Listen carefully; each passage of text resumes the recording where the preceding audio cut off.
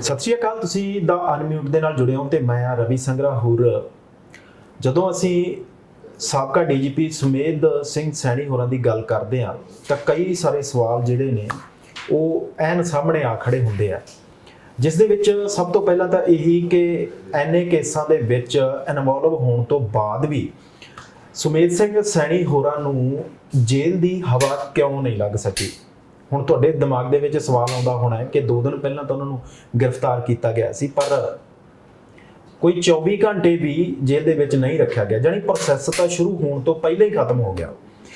ਦੇਰ ਰਾਤ ਤੱਕ ਅਦਾਲਤਾਂ ਚੱਲਦੀਆਂ ਨੇ, ਉਹਨਾਂ ਨੂੰ ਰਿਹਾ ਕਰ ਦਿੱਤਾ ਜਾਂਦਾ ਹੈ। 2 FIR ਦਾ ਨਾਮ ਇਹਦੇ ਵਿੱਚ ਲਿਆ ਜਾਂਦਾ, ਜਿਸ ਦੇ ਵਿੱਚ 11 ਨੰਬਰ ਤੇ 13 ਨੰਬਰ FIR ਆ, ਜਿਸ ਦੇ ਵਿੱਚ ਆਧਾਰ ਇਹ ਬਣਾਇਆ ਗਿਆ ਹਾਈ ਕੋਰਟ ਦੇ ਵਿੱਚ ਕਿ 2 FIR ਇੱਕੋ ਮਾਮਲੇ ਤੇ ਦਰਜ ਨਹੀਂ ਹੋ ਸਕਦੀਆਂ। ਹੁਣ ਇਹ ਵੀ ਬਹੁਤ ਵੱਡਾ ਸਵਾਲ ਹੈ, ਜੇ ਦਰਜ ਹੀ ਨਹੀਂ ਹੋ ਸਕਦੀਆਂ ਤਾਂ ਫਿਰ ਦਰਜ ਹੋਈਆਂ ਹੀ ਕਿਉਂ? ਜਿਨ੍ਹਾਂ ਦਾ ਆਧਾਰ ਹੀ ਨਹੀਂ ਰਹਿ ਜਾਣਾ, ਹਾਈ ਕੋਰਟ ਨੇ ਉਹਨੂੰ ਖਾਰਜ ਕਰ ਦੇਣਾ, ਤਾਂ ਫਿਰ ਦਰਜ ਕਿਉਂ ਹੋਈਆਂ? ਦੂਜੀ ਗੱਲ, ਸੁਮੇਧ ਸੈਣੀ ਹੋਰਾਂ ਨੂੰ ਗ੍ਰਿਫਤਾਰ ਕਰਨ ਤੋਂ 7 ਦਿਨ ਪਹਿਲਾਂ ਦੱਸਣਾ ਪੈਣਾ, ਇਸ ਤਰ੍ਹਾਂ ਦਾ ਇੱਕ ਆਰਡਰ ਵੀ ਜਾਰੀ ਹੋਇਆ। ਫਿਰ ਜਦੋਂ ਗ੍ਰਿਫਤਾਰ ਕੀਤੇ ਗਏ ਆ, ਫਿਰ ਉਦੋਂ ਵਿਜੀਲੈਂਸ ਨੇ ਗਲਤੀ ਕਿਉਂ ਕਰਤੀ? 7 ਦਿਨ ਦਾ ਨੋਟਿਸ ਦਿੱਤਾ ਕਿਉਂ ਨਹੀਂ ਸੀ? ਜਾਨੀ ਇਹ ਨਾਰਮਲ ਜਿਹੇ ਸਵਾਲ ਆ ਜਿਹੜੇ ਆਮ ਹੀ ਸਭ ਦੇ ਧਿਆਨ ਦੇ ਵਿੱਚ ਆ ਰਹੇ ਹੋਣਗੇ, ਦਿਮਾਗ ਦੇ ਵਿੱਚ ਆ ਰਹੇ ਹੋਣਗੇ।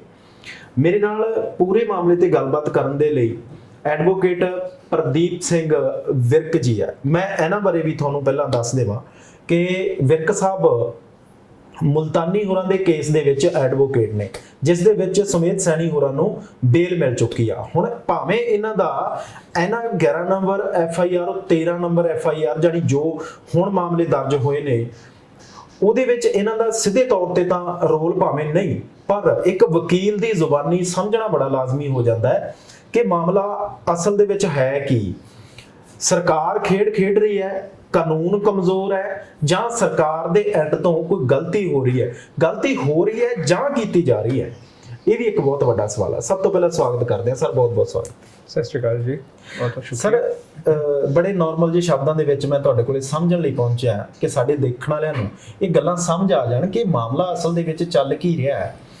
2 FIR, ਪਹਿਲਾਂ ਤਾਂ ਮੈਂ ਤੁਹਾਡੇ ਤੋਂ ਇਹ ਸਮਝਣਾ ਚਾਹੂੰਗਾ ਕਿ ਜਿਹੜੀਆਂ FIR ਹੋਈਆਂ 11 ਤੇ 13 ਨੰਬਰ, ਉਹ ਆਪਾਂ ਦੇਖਣ ਵਾਲਿਆਂ ਨੂੰ ਇਹ ਸਮਝਾਈਏ ਕਿ FIR ਦੇ ਵਿੱਚ ਅਸਲ ਦੇ ਵਿੱਚ ਹੈ ਕੀ ਸੀ। ਕਿਉਂਕਿ ਸੁਮੇਧ ਸੈਣੀ ਹੋਰਾਂ ਨੂੰ ਜਦੋਂ ਵੀ ਉਹਨਾਂ ਦਾ ਨਾਮ ਵੱਜਦਾ ਤਾਂ ਸਿੱਧੇ ਤੌਰ ਤੇ ਉਹ ਬਾਈਬਲ ਕਲਾਂ ਗੋਲੀकांड ਔਰ ਕੋਟਕਪੂਰਾ ਗੋਲੀकांड ਹੈ ਜਿਹੜਾ, ਉਹਦੀ ਇੱਕ ਤਸਵੀਰ ਬਣ ਜਾਂਦੀ ਕਿ ਉਸ ਮਾਮਲੇ ਦੇ ਵਿੱਚ ਦਰਜ, ਪਰ ਇਹ ਮਾਮਲੇ ਕੁਝ ਹੋਰ ਸੀ। ਪਹਿਲਾਂ ਇਹ ਸਮਝਾਓ ਕਿ ਇਹਨਾਂ ਮਾਮਲਿਆਂ ਦੇ ਵਿੱਚ ਉਹਨਾਂ ਤੱਕ ਪਹੁੰਚ ਕਿਵੇਂ ਹੋਈ ਸੀ, ਕਿਵੇਂ ਉਹਨਾਂ ਨੂੰ ਇਨਵੋਲਵ ਕੀਤਾ ਗਿਆ?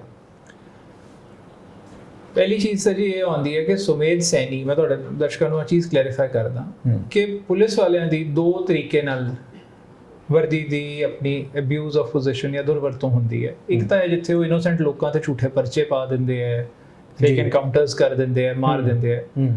ਉਹ ਜੋ ਇੱਕ ਆਲਰੇਡੀ ਸੈਣੀ ਤੇ CBI ਦਾ ਕੇਸ ਚੱਲ ਰਿਹਾ ਹੈ, ਮੁਲਤਾਨੀ ਕੇਸ ਆ ਗਿਆ ਭੁੱਲਰ ਫੈਮਿਲੀ ਵੱਲੋਂ ਹੈਗਾ, ਤੇ ਉਸ ਬਹੁਤ ਸਾਰੇ ਕੇਸਿਸ ਨੇ।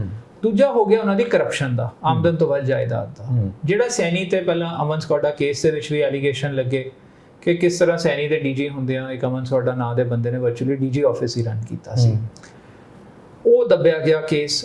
ਹੁਣ ਇੱਕ ਕਰਪਸ਼ਨ ਦੇ ਕੇਸ ਦੀ ਗਵਰਨਮੈਂਟ ਦੇ ਲੈਂਡ ਨੂੰ ਲੈ ਕੇ ਇੱਕ WWICS ਕੰਪਨੀ ਵਾਲੇ ਕੇਸ ਦੀ ਇਨਵੈਸਟੀਗੇਸ਼ਨ ਹੋ ਰਹੀ ਸੀ ਵਿਜੀਲੈਂਸ ਵੱਲੋਂ 11 ਨੰਬਰ FIR।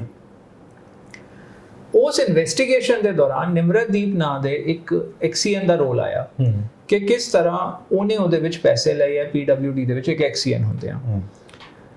ਹੁਣ ਜਦੋਂ ਨਿਮਰਤ ਦੀਆਂ ਪ੍ਰਾਪਰਟੀਆਂ ਨੂੰ ਇਨਵੈਸਟੀਗੇਟ ਕਰਨ ਲੱਗੇ, ਜੋ ਲਾਜ਼ਮੀ ਸੀ ਕਿ ਉਹ ਹੋਣੀਆਂ ਹੀ ਸੀ, ਕਨੈਕਟਡ ਇਸ਼ੂ ਆ ਰਿਹਾ ਸੀ, ਉਸ ਵੇਲੇ ਇੱਕ ਬੜੀ ਇੰਟਰਸਟਿੰਗ ਚੀਜ਼ ਸਾਹਮਣੇ ਆਈ ਕਿ ਜਿਹੜੀ ਉਹਦੀ ਪ੍ਰਾਪਰਟੀਆਂ ਚੋਂ ਉਹਦੇ ਇੱਕ ਘਰ ਦੀ ਅਟੈਚਮੈਂਟ ਕਰਨ ਲੱਗੇ, ਉਸ ਘਰ ਦੇ ਵਿੱਚ ਸੁਮੇਧ ਸਿੰਘ ਸੈਣੀ ਰਹਿ ਰਿਹਾ ਸੀ ਜੀ।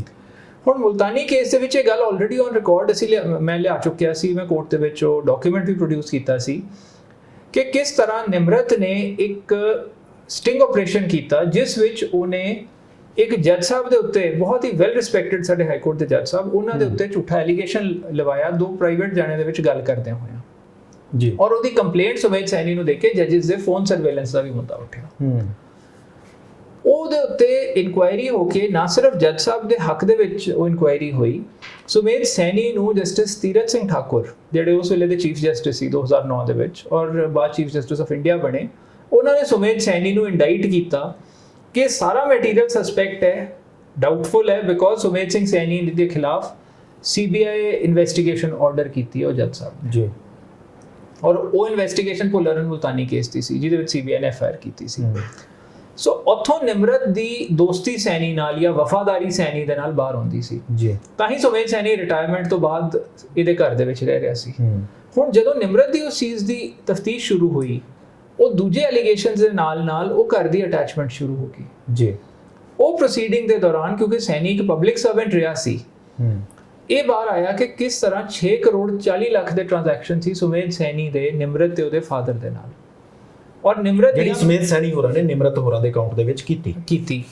ਨਿਮਰਤ ਦੇ 35 ਦੇ ਕਰੀਬ ਨਿਮਰਤ ਔਰ ਉਹਦੀ ਫੈਮਿਲੀ ਦੀਆਂ ਪ੍ਰਾਪਰਟੀਆਂ ਨਿਕਲੀਆਂ ਔਰ ਕਰੀਬ 22 ਬੈਂਕ ਅਕਾਊਂਟਸ ਨਿਕਲੇ ਜੀ। ਸੋ ਆਬਵੀਅਸਲੀ ਗੱਲ ਸੀ ਉਹਨੇ ਸਾਰੇ ਨਿਮਰਤ ਦੇ ਤਾਂ ਹੋਣੇ ਨਹੀਂ, ਇਹ ਬਿਲਕੁਲ ਸੈਣੀ ਦੇ ਕਿੰਨੇ ਬੇਨਾਮੀ ਹੈ ਔਰ ਕਿੰਨੇ ਨਿਮਰਤ ਦੇ ਹੈ, ਕਿੰਨੇ ਕਿਸੇ ਹੋਰ ਦੇ, ਉਹ ਚੀਜ਼ਾਂ ਡਿਗ ਆਊਟ ਹੋਣੀਆਂ ਸੀ। ਔਰ ਸੈਣੀ ਪਬਲਿਕ ਸਰਵੈਂਟ ਰਿਹਾ ਸੀ, ਸੋ ਇਸ ਕਰਕੇ ਇੱਕ ਵਾਰੀ ਤਾਂ ਇਹ ਐਫਆਈਆਰ ਸੈਣੀ ਦੇ ਉੱਤੇ ਡਿਸਪ੍ਰੋਪੋਰਸ਼ਨੇਟ ਐਸੈਟਸ ਦੀ ਕਰਨੀ ਸੀ, ਆਮਦਨ ਤੋਂ ਵੱਧ ਜਾਇਦਾਦ ਦੀ ਹੋਣੀ ਹੀ ਸੀ, ਜਿਹੜੀ ਇਹਨਾਂ ਨੇ ਰਜਿਸਟਰ ਕੀਤੀ, ਜਿਹੜੀ ਐਫਆਈਆਰ ਨੰਬਰ 13 ਹੈ। 13 ਹੁਣ 13 ਨੰਬਰ ਐਫਆਈਆਰ ਦੇ ਵਿੱਚ ਸੁਮੇਧ ਸੈਣੀ ਨੂੰ ਇਨਵੈਸਟੀਗੇਸ਼ਨ ਜੁਆਇਨ ਕਰਨ ਦੀ ਡਾਇਰੈਕਸ਼ਨ ਹੋਈ ਸੀ ਜੀ। ਉਸੇ ਤਰ੍ਹਾਂ ਐਫਆਈਆਰ ਨੰਬਰ 11 ਸੀ ਜਿਹਦੇ ਵਿੱਚ ਸੈਣੀ ਨੂੰ ਅਜੇ ਐਫਆਈਆਰ ਦੇ ਵਿੱਚ ਨਹੀਂ ਸੀ ਪਰ ਇਨਵੈਸਟੀਗੇਸ਼ਨ ਦੇ ਵਿੱਚ ਤਾਂ ਬੰਦਾ ਅਕਿਊਜ਼ਡ ਬਣ ਹੀ ਜਾਂਦਾ ਜੀ, ਕਿਉਂਕਿ ਉਹ ਘਰ ਦੇ ਵਿੱਚ ਰਹਿ ਰਿਹਾ ਸੀ। ਇਹ ਕਹਿ ਰਿਹਾ ਸੀ ਜੀ ਮੈਂ 2.5 ਲੱਖ ਕਿਰਾਇਆ ਦੇ ਰਿਹਾ। ਹੁਣ ਜਿਹੜਾ 2.5 ਲੱਖ ਕਿਰਾਇਆ ਦੇ ਰਿਹਾ ਹੈ ਉਹ 6 ਕਰੋੜ 40 ਲੱਖ ਦੇ ਬੈਂਕ ਟ੍ਰਾਂਜੈਕਸ਼ਨ ਕਿਉਂ ਕਰੂਗਾ? ਬਿਲਕੁਲ।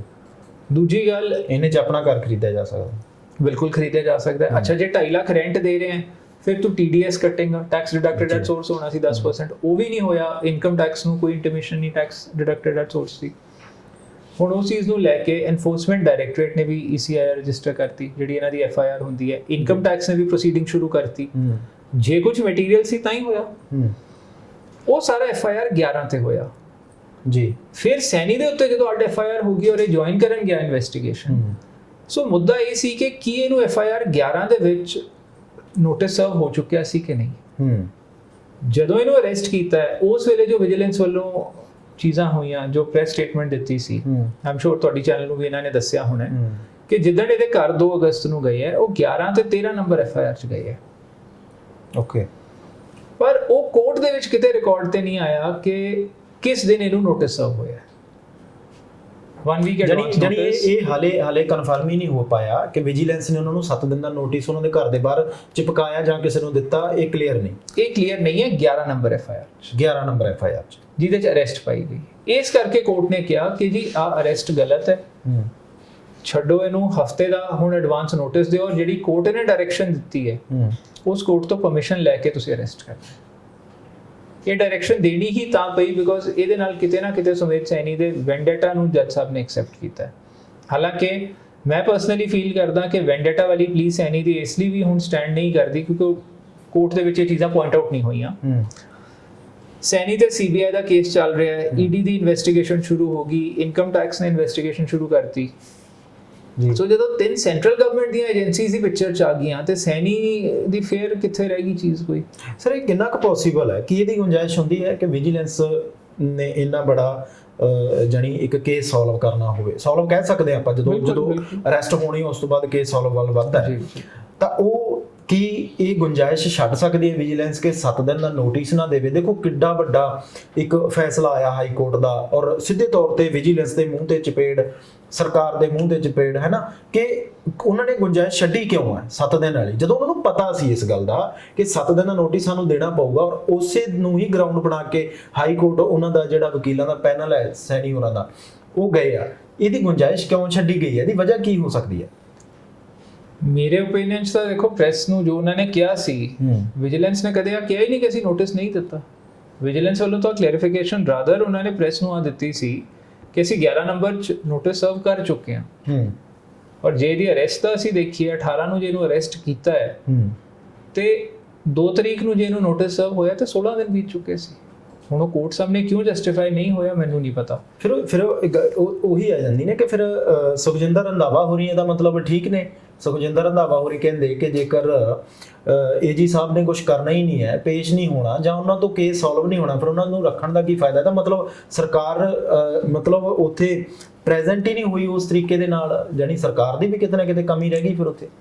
ਦੇਖੋ ਜੇ ਵਿਜੀਲੈਂਸ ਇਹ ਕਹਿ ਰਹੀ ਹੈ ਕਿ ਹਾਂ ਅਸੀਂ ਰੰਧਾਵਾ ਸਾਹਿਬ ਕਹਿ ਰਹੇ ਆ ਬਿਕੋਜ਼ ਏਜੀ ਸਾਹਿਬ ਪੇਸ਼ ਨਹੀਂ ਹੋਏ, ਉਹ ਤਾਂ ਹੁਣ ਏਜੀ ਦੀ ਡਿਸਕ੍ਰਿਸ਼ਨ ਹੈ ਜਾਂ ਸਰਕਾਰ ਦੀ, ਉਹ ਆਪ ਸਰਕਾਰ ਦਾ ਹਿੱਸਾ ਨੇ, ਉਹ ਮੁੱਦਾ ਤਾਂ ਉਹਨਾਂ ਨੂੰ ਸਰਕਾਰ ਨਾਲ ਰੇਜ਼ ਕਰ ਲੈਣਾ ਚਾਹੀਦਾ ਹੈ। It's between mister Randhawa and government. ਜੀ ਕਿਉਂ ਪੇਸ਼ ਨਹੀਂ ਹੋਏ ਉਸ ਚੀਜ਼ ਉੱਤੇ ਮੈਂ ਕਮੈਂਟ ਨਹੀਂ ਕਰ ਸਕਦਾ, ਪਰ ਗੱਲ ਇਹ ਹੈ ਕਿ ਔਨ ਰਿਕਾਰਡ, ਮਤਲਬ ਮੈਂ ਇੱਕ ਗੱਲ ਤੇ ਤਾਂ ਤੁਹਾਡੀ ਐਗਰੀ ਕਰਦਾ ਕਿ ਇਹੋ ਜਿਹੇ ਜਿਹੜੇ ਸੈਂਸਿਟਿਵ ਮੈਟਰਸ ਹੁੰਦੇ ਹੈ ਉਹਦੇ ਵਿੱਚ ਇਹੋ ਜਿਹੀਆਂ ਕਮੀਆਂ ਨਹੀਂ ਛੱਡਦੇ, ਰਾਦਰ ਓਵਰ ਕੌਸ਼ੀਅਸ ਹੋ ਕੇ ਚੱਲਦੇ। ਔਰ ਇੱਥੇ ਰਾਤ ਨੂੰ ਜਦੋਂ ਸੈਣੀ 8 ਵਜੇ ਇਨਵੈਸਟੀਗੇਸ਼ਨ ਜੁਆਇਨ ਕਰਨ ਗਿਆ ਹੈ, ਸੋ ਉਹ ਕੋਈ ਟਾਈਮ ਥੋੜੀ ਸੀ ਇਨਵੈਸਟੀਗੇਸ਼ਨ ਜੁਆਇਨ ਕਰਨ ਦਾ। ਬਿਲਕੁਲ, ਮੈਂ ਵਕੀਲ ਸਾਹਿਬ ਇਹ ਵੀ ਮੇਰੇ ਦਿਮਾਗ 'ਚ ਸਵਾਲ ਆ ਰਿਹਾ ਸੀ ਕਿ ਜਦੋਂ ਵਰਕਿੰਗ ਟਾਈਮ ਸਵੇਰ 10 ਤੋਂ 6 ਵਜੇ ਤੱਕ 5 ਵਜੇ ਤੱਕ ਅਪਰੋਕਸੀਮੇਟਲੀ ਹੁੰਦਾ ਹੈ, ਫਿਰ 8 ਵਜੇ ਕਿਹੜੀ ਇਨਵੈਸਟੀਗੇਸ਼ਨ ਜੁਆਇਨ ਕਰਨ ਗਏ ਸੀ? ਉਹਦੇ ਵਿੱਚ ਹੁਣ ਵਿਜੀਲੈਂਸ ਵਾਲਿਆਂ ਦਾ ਕਸੂਰ ਨਹੀਂ ਹੈ ਨਾ ਜੀ। ਇਹੀ ਗੱਲ ਤੇ ਮੈਂ ਆ ਰਿਹਾ ਸੀ ਕਿ ਸੈਣੀ ਵੱਲੋਂ ਇਹ ਧੱਕਾ ਹੈ, ਉਹ ਕੋਰਟ ਨੂੰ ਮਿਸਲੀਡ ਕਰਦਾ ਹੈ, ਆਰਡਰ ਲੈਂਦਾ ਹੈ ਔਰ ਉਸ ਤੋਂ ਬਾਅਦ ਇਨਵੈਸਟੀਗੇਸ਼ਨ ਜੁਆਇਨ ਕਰਨ ਰਾਤ ਨੂੰ 8 ਵਜੇ ਜਾਂਦਾ ਹੈ। 8 ਵਜੇ ਉਹ ਕਿਉਂ ਗਿਆ ਹੈ? ਕਿਉਂਕਿ ਉਹਨੇ ਕੋਰਟ ਦੇ ਵਿੱਚ ਜਾ ਕੇ ਮਿਸਲੀਡ ਕਰਨਾ ਹੈ ਕਿ ਜੀ ਦੇਖੋ ਮੈਂ ਤੇ ਕੋਆਪਰੇਟ ਕਰ ਰਿਹਾ, ਇਹਨਾਂ ਨੇ ਕੋਆਪਰੇਟਿਵ ਐਟੀਟਿਊਡ ਨਹੀਂ ਰੱਖਿਆ। ਉਹ ਤਾਂ ਰਾਤ ਨੂੰ 8 ਵਜੇ ਗਿਆ ਕਿ ਡਾਇਰੈਕਸ਼ਨ ਦਾ ਟਾਈਮ ਪੂਰਾ ਹੋ ਰਿਹਾ ਸੀ, 7 ਦਿਨਾਂ 'ਚ ਇਹਨੂੰ ਇਨਵੈਸਟੀਗੇਸ਼ਨ ਜੁਆਇਨ ਕਰਨੀ ਸੀ। ਇਹ ਤਾਂ ਪੇਸ਼ ਹੋਇਆ ਇਨਵੈਸਟੀਗੇਸ਼ਨ ਜੁਆਇਨ ਕਰਨ ਲਈ ਔਰ 8 ਵਜੇ ਰਾਤ ਨੂੰ ਗਿਆ, ਫਿਰ ਕਹਿ ਦੂਗਾ ਕਿ ਨਹੀਂ ਜੀ ਮੈਂ ਤਾਂ ਗਿਆ ਸੀ। ਆਰਡਰ ਦੇ ਵਿੱਚ ਕੀ ਉਹਨੂੰ ਇਸ ਚੀਜ਼ ਦਾ ਫਾਇਦਾ ਮਿਲਿਆ? ਆਰਡਰ ਦੇ ਵਿੱਚ ਤਾਂ ਜੀ ਜਦੋਂ 1 ਵੀਕ ਐਡਵਾਂਸ ਨੋਟਿਸ ਹੀ ਨਹੀਂ ਉਹਨਾਂ ਨੇ ਉਹ ਪੁਆਇੰਟ ਤੇ ਬਹਿਸ ਨਹੀਂ, ਉਸ ਪੁਆਇੰਟ ਤੇ ਕੋਈ ਬਹਿਸ ਨਹੀਂ ਹੋਈ ਹੈ। ਠੀਕ ਹੈ ਸਰ, ਕਿਉਂਕਿ ਜਦੋਂ ਸੁਮੇਧ ਸੈਣੀ ਹੋ ਰਹੀ ਗ੍ਰਿਫਤਾਰ ਹੋ ਗਏ ਉਸ ਤੋਂ ਬਾਅਦ ਉਮੀਦਾਂ ਬੜੀਆਂ ਉਹਨਾਂ ਲੋਕਾਂ ਨੂੰ ਵੀ ਹੋਈਆਂ ਕਿ ਜਿਹੜਾ ਅਦਰਵਾਈਜ਼ ਮੈਂਸ਼ਨਡ ਹੈ ਆਰਡਰ 'ਚ, ਮੈਂ ਉਹ ਚੀਜ਼ ਕਲੈਰੀਫਾਈ ਕਰਦਾ। 7:30 ਵਜੇ ਦਾ ਟਾਈਮ ਆਉਂਦਾ ਹੈ ਕਿ 7:30 ਵਜੇ ਰਾਤ ਨੂੰ ਇਹ ਗਿਆ ਸ਼ਾਮ ਨੂੰ, ਪਰ ਗਵਰਨਮੈਂਟ ਨੇ ਉਸ ਚੀਜ਼ ਤੇ ਆਉਂਦਾ ਹੈ on 18/8/21 at about 7:30 PM Detinu along with his lawyer appeared before joint director vigilance। ਠੀਕ ਹੈ, ਮਤਲਬ ਪਰ ਇਸ ਵਿਸ਼ੇ ਤੇ ਬਹਿਸ ਨਹੀਂ ਹੋ ਪਾਈ।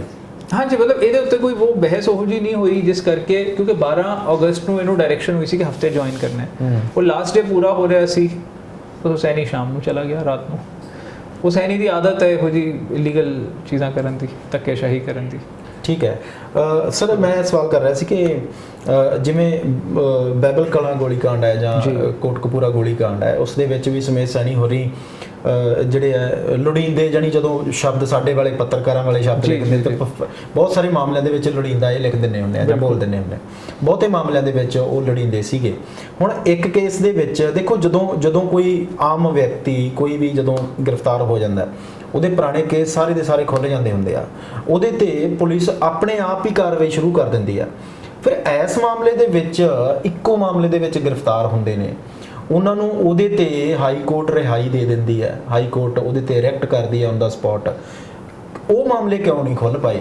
ਖੁੱਲ੍ਹਣੇ ਚਾਹੀਦੇ ਸੀ ਤੁਹਾਡੇ ਮੁਤਾਬਕ। ਮੈਂ ਕਾਨੂੰਨ ਸਮਝਣਾ ਚਾਹੁੰਦਾ ਕਿ ਖੁੱਲ੍ਹਣੇ ਚਾਹੀਦੇ ਸੀ ਜਿਹੜੇ ਇੰਨੇ ਕੇਸ ਜਿਨ੍ਹਾਂ ਦੇ ਵਿੱਚ ਪਹਿਲਾਂ ਵੀ ਲੋੜੀਂਦੇ ਆ। ਬੇਸ਼ੱਕ ਮੁਲਤਾਨੀ ਕੇਸ ਦੇ ਵਿੱਚ ਉਹਨਾਂ ਨੂੰ ਜ਼ਮਾਨਤ ਮਿਲ ਚੁੱਕੀ ਹੈ, ਪਰ ਬਾਕੀ ਕੇਸਾਂ ਤੇ ਕਾਰਵਾਈ ਹੋਣੀ ਚਾਹੀਦੀ ਸੀ। ਦੇਖੋ, ਮੈਂ ਮੁਲਤਾਨੀ ਕੇਸ ਨਾਲ ਕੰਪੇਅਰ ਕਰਦਾ। ਜਦੋਂ CBI ਨੇ 2008 ਦੇ ਵਿੱਚ FIR ਕੀਤੀ ਹੈ, ਉਹਦੇ ਵਿੱਚ ਮੁਲਤਾਨੀ ਐਂਡ ਭੁੱਲਰ ਫੈਮਿਲੀ ਦੀ ਸੀ ਜੀ। ਹੁਣ ਭੁੱਲਰ ਫੈਮਿਲੀ ਵੱਲੋਂ ਤੁਹਾਡੀ ਕੰਪਲੇਂਟ ਨਹੀਂ ਆਈ ਨਾ, ਸੋ ਭੁੱਲਰ ਫੈਮਿਲੀ ਵਾਲਾ ਨਹੀਂ ਹੋਇਆ।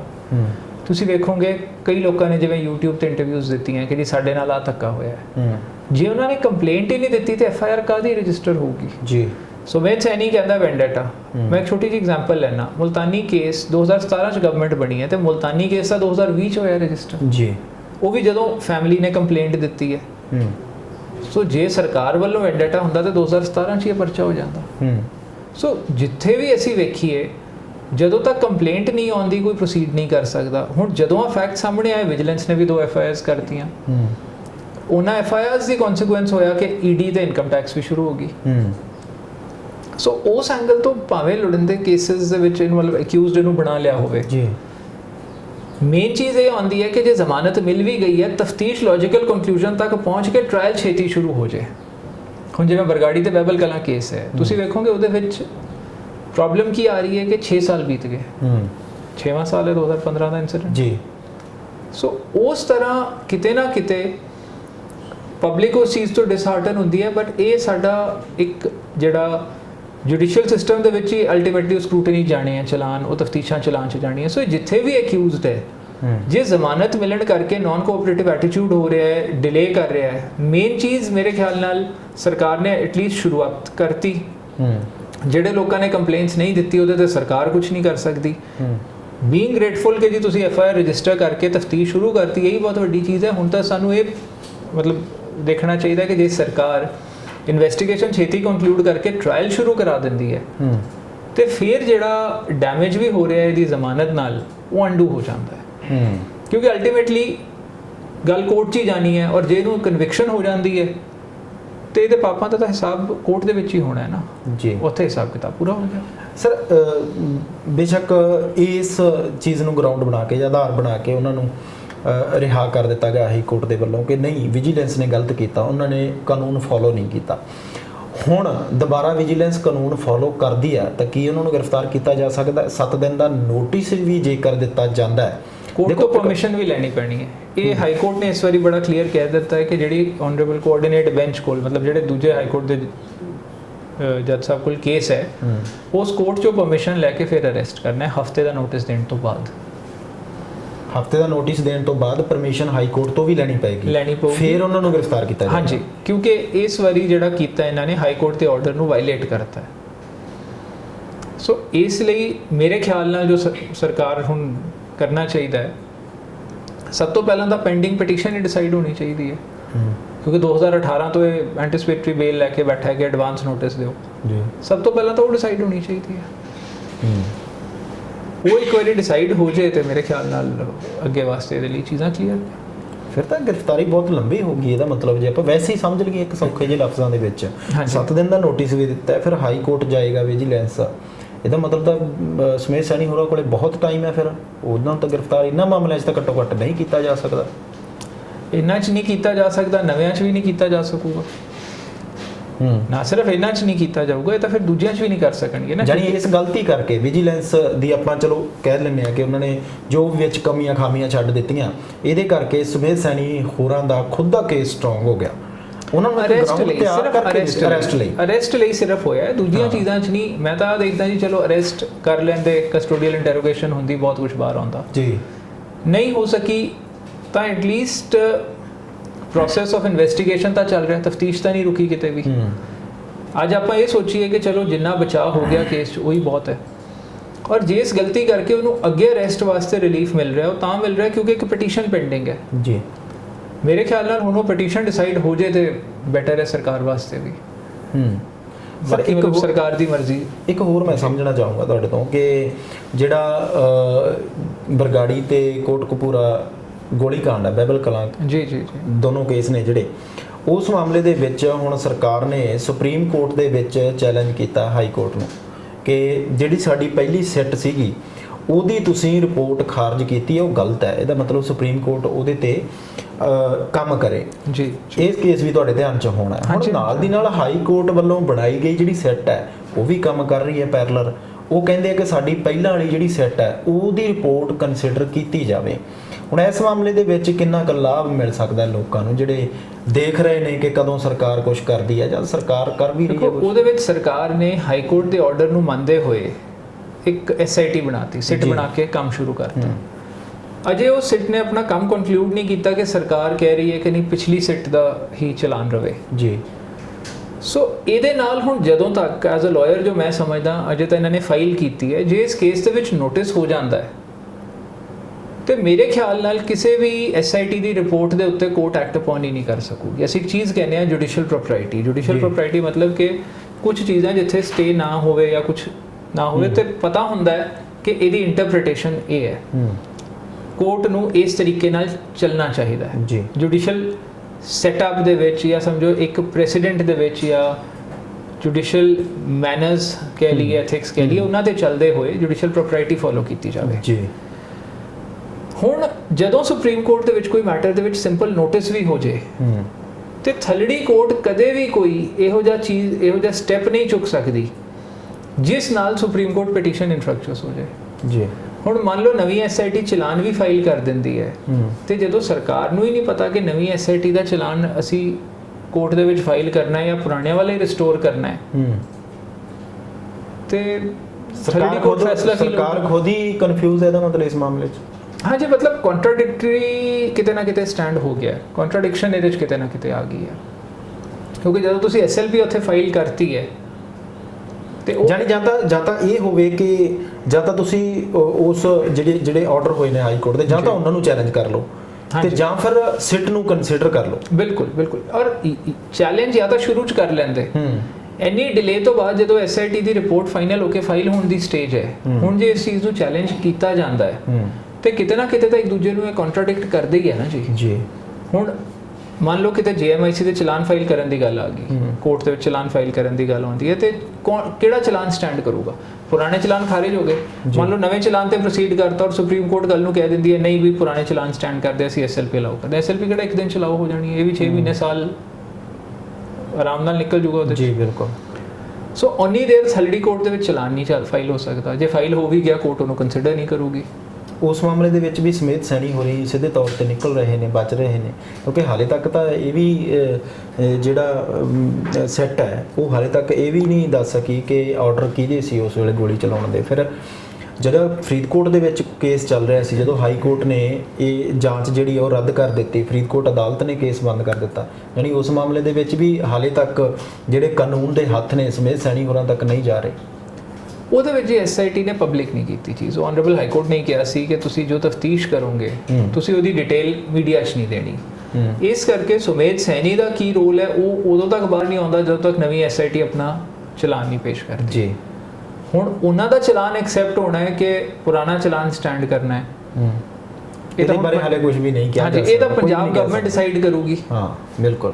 ਐਸਐਲਪੀ ਪਾਉਣ ਦੇ ਨਾਲ ਨਵੀਂ ਐਸਆਈਟੀ ਦਾ ਚਲਾਨ ਨਹੀਂ ਫਾਈਲ ਹੋਊਗਾ ਔਰ ਜੇ ਹੋ ਵੀ ਗਿਆ ਕੋਰਟ ਕੰਸੀਡਰ ਨਹੀਂ ਕਰੂਗੀ ਕਿ ਸੁਪਰੀਮ ਕੋਰਟ ਪੈਂਡਿੰਗ ਹੈ।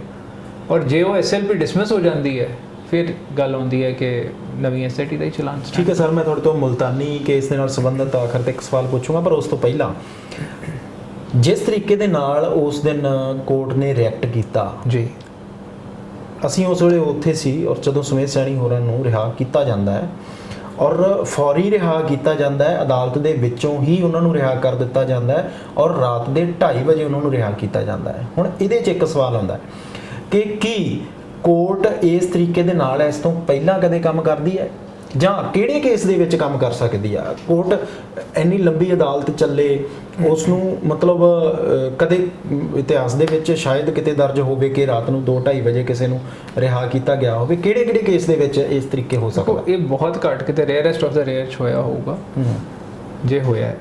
ਜੇ ਹੋਇਆ ਬਟ ਇੱਥੇ ਗੱਲ ਇਹ ਆਉਂਦੀ ਹੈ ਕਿ ਇਹ ਮੁੱਦਾ ਵੱਡਾ ਕਿਉਂ ਬਣ ਗਿਆ? ਬਿਕੋਜ਼ ਕੋਰਟ ਨੇ ਇਸ ਚੀਜ਼ ਨੂੰ ਇਹ ਇੰਟਰਪ੍ਰੀਟੇਸ਼ਨ ਦਿੱਤੀ ਹੈ ਕਿ ਸਾਡੇ ਆਰਡਰਸ ਨੂੰ ਤੁਸੀਂ ਵਾਇਲੇਟ ਕੀਤਾ ਹੈ। ਸਾਡੇ ਆਰਡਰ ਸੀ ਕਿ ਹਫਤੇ ਦਾ ਐਡਵਾਂਸ ਨੋਟਿਸ ਦੇਣਾ ਹੈ, ਤੁਸੀਂ ਉਸ ਨੂੰ ਬਾਈਪਾਸ ਕੀਤਾ ਹੈ। ਉਸ ਕਰਕੇ ਇਹ ਚੀਜ਼ ਵੱਡੀ ਬਣ ਗਈ ਕੋਰਟ ਵਾਸਤੇ ਜੀ। ਉਸ ਕਰਕੇ ਇਹ ਵਜ੍ਹਾ ਹੋ ਸਕਦੀ ਕਿ ਦੇਰ ਤੱਕ ਉਹਨਾਂ ਨੂੰ ਫੈਸਲਾ ਦੇਣਾ ਪਿਆ। ਇਹੀ ਹੋਇਆ ਹੈ ਬਿਕੋਜ਼ ਇਹ ਐਵੀਡੈਂਟ ਹੈ ਆਰਡਰ ਚੋਂ ਵੀ, ਤਾਂ ਹੀ ਉਹਨਾਂ ਨੇ ਇੱਕ ਇਹੋ ਜਿਹਾ ਆਰਡਰ ਪਾਸ ਕੀਤਾ, ਉਹ ਵੀ ਹੇਬੀਅਸ ਕਾਰਪਸ ਦੀ ਪਟੀਸ਼ਨ ਦੇ ਵਿੱਚ। ਹੇਬੀਅਸ ਕਾਰਪਸ ਹੁੰਦੀ ਹੈ ਇਲੀਗਲ ਡਿਟੈਂਸ਼ਨ ਦੀ। ਉਹ ਤਾਂ ਜੇ ਤੁਸੀਂ ਫਾਈਲ ਕਰਦੇ ਹੋ ਉਹ ਤਾਂ ਜੱਜ ਸਾਹਿਬ ਅੱਧੀ ਰਾਤ ਨੂੰ ਵੀ ਬੈਠ ਕੇ ਜੇ ਸੁਣਨਾ ਪੈਂਦਾ ਕਿਸੇ ਨੂੰ ਇਲੀਗਲੀ ਡਿਟੇਨ ਕੀਤਾ, ਤੁਸੀਂ ਪਟੀਸ਼ਨ ਲਾਉਂਦੇ ਹੋ ਰਾਤ ਨੂੰ ਵੀ ਰਜਿਸਟਰਾਰ ਨੂੰ ਉਠਾ ਸਕਦੇ ਹੋ। ਉਹ ਰਾਤ ਨੂੰ ਹੀ ਆਰਡਰ ਕਰਦੇ ਆ ਔਰ ਜੱਜ ਸਾਹਿਬ ਦੇ ਘਰ ਵੀ ਜਾ ਕੇ ਸੁਣਵਾਈਆਂ ਹੋਈਆਂ। ਇਹੋ ਜਿਹੇ ਕੇਸਿਸ ਹੋਏ ਹੈ ਬਟ ਉਹ ਇਲੀਗਲ ਡਿਟੈਂਸ਼ਨ ਦੇ ਛੋਟੇ ਲੈਵਲ ਦੇ ਹੋ ਜਾਂਦੇ ਆ। ਅਪੀਲ ਕੀਤੀ ਜਾ ਸਕਦੀ ਹੈ ਡਬਲ ਬੈਂਚ ਦੇ ਕੋਲ ਹੁਣ ਇਹਦੇ ਤੇ? ਦੇਖੋ ਅਪੀਲ ਤਾਂ ਇਹਦੀ ਬਿਲਕੁਲ ਲਾਈ ਕਰਦੀ ਹੈ, ਪਰ ਜੇ ਉਹ ਕਰਨਾ ਚਾਹਣ ਉਹ ਸਰਕਾਰ ਦੀ ਮਰਜ਼ੀ। ਉਹ ਚੀਜ਼ ਦੇ ਉੱਤੇ ਮੈਂ ਕੁਝ ਕਮੈਂਟ ਨਹੀਂ ਕਰ ਸਕਦਾ। ਕੋਈ ਵੀ ਆਰਡਰ ਹੁੰਦਾ ਹੈ ਉਹਦੇ ਅਗੇਂਸਟ ਅਪੀਲ ਵੀ ਹੋ ਜਾਂਦੀ ਹੈ ਔਰ ਇਹਦੀ ਤਾਂ ਕਿਉਂਕਿ ਇਹਦੇ ਵਿੱਚ ਜਿਹੜੀ ਦੂਜੀ ਪਟੀਸ਼ਨ ਨਾਲ ਟਾਈਡ ਸੀ ਉਹਦੇ ਬੇਸਿਸ ਤੇ ਜੇ ਚਾਹਣ, ਮੇਰਾ ਮਤਲਬ personal opinion as a lawyer ਹੈ ਕਿ ਇਹਦੀ ਜਗ੍ਹਾ ਜੋ ਪਹਿਲਾਂ ਐਂਟੀਸਪੇਟਰੀ ਬੇਲ ਜਿਹਦੇ 'ਚ ਇਹਨੂੰ 1 ਵੀਕ ਐਡਵਾਂਸ ਨੋਟਿਸ ਮਿਲਿਆ ਹੋਇਆ, ਜੇ ਉਹੀ ਡਿਸਾਈਡ ਹੋ ਜੇ ਤੇ ਬਹੁਤ ਚੀਜ਼ਾਂ ਐਟ ਆ ਜਾਣਗੀਆਂ। ਅਦਰਵਾਈਜ਼ ਇਹਨੂੰ ਡੈਫੀਨਿਟਲੀ ਚੈਲੰਜ ਕੀਤਾ ਜਾ ਸਕਦਾ ਹੈ। ਠੀਕ ਹੈ ਸਰ, ਆਖਰ ਤੇ ਮੈਂ ਜਾਣਨਾ ਚਾਹੁੰਦਾ ਕਿਉਂਕਿ ਤੁਸੀਂ ਇਸ ਮਾਮਲੇ ਨੂੰ ਸ਼ੁਰੂ ਤੋਂ ਦੇਖ ਰਹੇ ਹੋ ਮੁਲਤਾਨੀ ਕੇਸ ਜੀ, ਹੁਣ ਉਸ ਮਾਮਲੇ ਦੇ ਵਿੱਚ ਕੀ ਅਪਡੇਟ ਆ ਹੁਣ ਤੱਕ, ਕਿਉਂਕਿ ਉਹਨਾਂ ਨੂੰ ਜ਼ਮਾਨਤ ਮਿਲੀ ਹੋਈ ਹੈ ਸਮੇਤ ਸੈਣੀ ਹੋਰਾਂ ਨੂੰ, ਉਹਦੇ ਵਿੱਚ ਅਪਡੇਟ ਕੀ ਆ ਹੁਣ ਤੁਹਾਡੇ ਕੋਲ? ਮੁਲਤਾਨੀ ਕੇਸ ਦੇ ਵਿੱਚ ਪੰਜਾਬ ਗਵਰਨਮੈਂਟ ਨੇ ਚਲਾਨ ਦੀ ਟ੍ਰਾਂਸਲੇਟਡ ਕਾਪੀ ਸੁਪਰੀਮ ਕੋਰਟ ਦੇ ਵਿੱਚ ਫਾਈਲ ਕੀਤੀ ਜੀ। ਉਹ ਕਰਨ ਵਾਸਤੇ ਪੰਜਾਬ ਗਵਰਨਮੈਂਟ ਨੇ ਟਾਈਮ ਮੰਗਿਆ ਸੀ ਔਰ ਕਿਹਾ ਸੀ ਕਿ ਜੀ ਜਦੋਂ ਤੱਕ ਚਲਾਨ ਫਾਈਲ ਕਰਦੇ ਆ ਟ੍ਰਾਂਸਲੇਟ ਕਰਕੇ ਅਗਲੀ ਤਰੀਕ ਤੱਕ ਟ੍ਰਾਇਲ ਕੋਰਟ ਨੂੰ ਡਾਇਰੈਕਸ਼ਨ ਦੇ ਦਿਓ ਕਿ ਐਡਜਰਨ ਕਰ ਦੇਣ ਪ੍ਰੋਸੀਡਿੰਗਸ, ਮਤਲਬ ਸਟੇ ਕਰਵਾਈਆਂ ਜੀ। ਸੋ ਉਸ ਤੋਂ ਬਾਅਦ ਕੋਵਿਡ ਕਰਕੇ ਕੇਸ ਦੀ ਵਾਰੀ ਨਹੀਂ ਆਈ ਸੁਪਰੀਮ ਕੋਰਟ 'ਚ, ਇਸ ਕਰਕੇ ਉਹ ਸਟੇ ਅਜੇ ਕੰਟੀਨਿਊ ਕਰ ਰਿਹਾ। ਅਦਰਵਾਈਜ਼ ਤਫਤੀਸ਼ ਦੇ ਉੱਤੇ ਕੋਈ ਸਟੇ ਨਹੀਂ ਹੈ, ਇਸ ਕੇਸ ਦੀ ਤਫਤੀਸ਼ ਵੀ ਪੈਂਡਿੰਗ ਹੈ ਅਜੇ। ਠੀਕ ਹੈ, ਬਹੁਤ ਧੰਨਵਾਦ ਵਿਰਕ ਸਾਹਿਬ, ਸ਼ੁਕਰੀਆ। ਅਸੀਂ ਕੋਸ਼ਿਸ਼ ਕੀਤੀ ਕਿ ਜਿਹੜੇ ਸਵਾਲ ਤੁਹਾਡੇ ਦਿਮਾਗ ਦੇ ਵਿੱਚ ਹੋਣਗੇ ਉਹ ਅਸੀਂ ਪੁੱਛਣ ਦੀ ਕੋਸ਼ਿਸ਼ ਕਰੀਏ, ਕਿਉਂਕਿ ਮੈਂ ਪਹਿਲਾਂ ਵੀ ਇਹ ਗੱਲ ਕਨਫਰਮ ਕਲੀਅਰ ਕਰ ਦਿੱਤੀ ਸੀ ਕਿ ਵਿਰਕ ਸਾਹਿਬ ਹੋਰਾਂ ਦਾ ਬੇਸ਼ੱਕ ਸਿੱਧੇ ਤੌਰ ਤੇ ਜਿਨ੍ਹਾਂ ਚੀਜ਼ਾਂ ਦੇ ਜਵਾਬ ਅਸੀਂ ਉਹਨਾਂ ਤੋਂ ਲਏ ਉਹਨਾਂ ਦਾ ਸਿੱਧਾ ਸੰਬੰਧ ਭਾਵੇਂ ਨਾ ਹੋਵੇ, ਪਰ ਕੋਰਟ ਦੀ ਕਾਰਵਾਈ ਕਿਸ ਤਰੀਕੇ ਨਾਲ ਚੱਲਦੀ ਹੈ ਜਾਂ ਕਾਨੂੰਨ ਇਸ ਆਰਡਰ ਦੇ ਬਾਰੇ ਕੀ ਕਹਿੰਦਾ ਹੈ, ਇਹ ਕਾਨੂੰਨ ਕਿਸ ਆਧਾਰ ਤੇ ਹੋਏ ਨੇ ਆਰਡਰ ਜਿਹੜੇ ਹੋਏ ਨੇ ਦੇਰ ਰਾਤ ਰਿਹਾਈ ਵਾਲੇ, ਅਸੀਂ ਕੋਸ਼ਿਸ਼ ਕੀਤੀ ਕਿ ਉਹਨਾਂ ਤੋਂ ਸਮਝੀਏ। ਹੁਣ ਦੇਖਣਾ ਇਹ ਹੋਏਗਾ ਕਿ ਕਈ ਚੀਜ਼ਾਂ ਜਿਹੜੀਆਂ ਸਾਹਮਣੇ ਆਉਂਦੀਆਂ ਨੇ ਕਿ ਸਰਕਾਰ ਦੀ ਕਾਰਵਾਈ ਕਿਤੇ ਨਾ ਕਿਤੇ ਕਮਜ਼ੋਰ ਰਹੀ। ਸਰਕਾਰ ਦੇ ਮੰਤਰੀਆਂ ਨੂੰ ਖੁਦ ਕਹਿਣਾ ਪੈ ਰਿਹਾ ਆਪਣੀ ਸਰਕਾਰ ਨੂੰ ਕਿ ਏਜੀ ਨੂੰ ਬਦਲ ਦਿਓ।